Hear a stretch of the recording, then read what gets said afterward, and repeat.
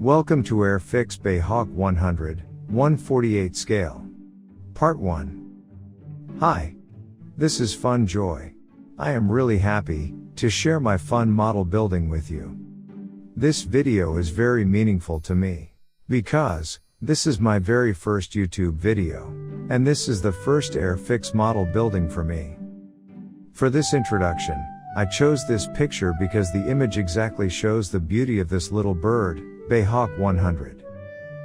BAe Hawk was originally developed as single-engine advanced trainer aircraft by the British.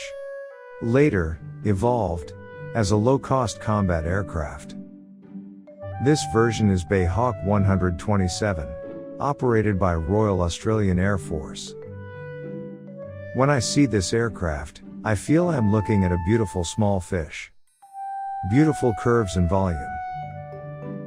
This AirFix model is well detailed in general, and provides a good part choice option.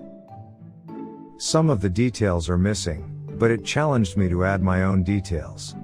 I had so much fun with this little bird. I am very happy that I can share my fun and joy with this model building. Next, we'll show about future upcoming videos. I welcome everyone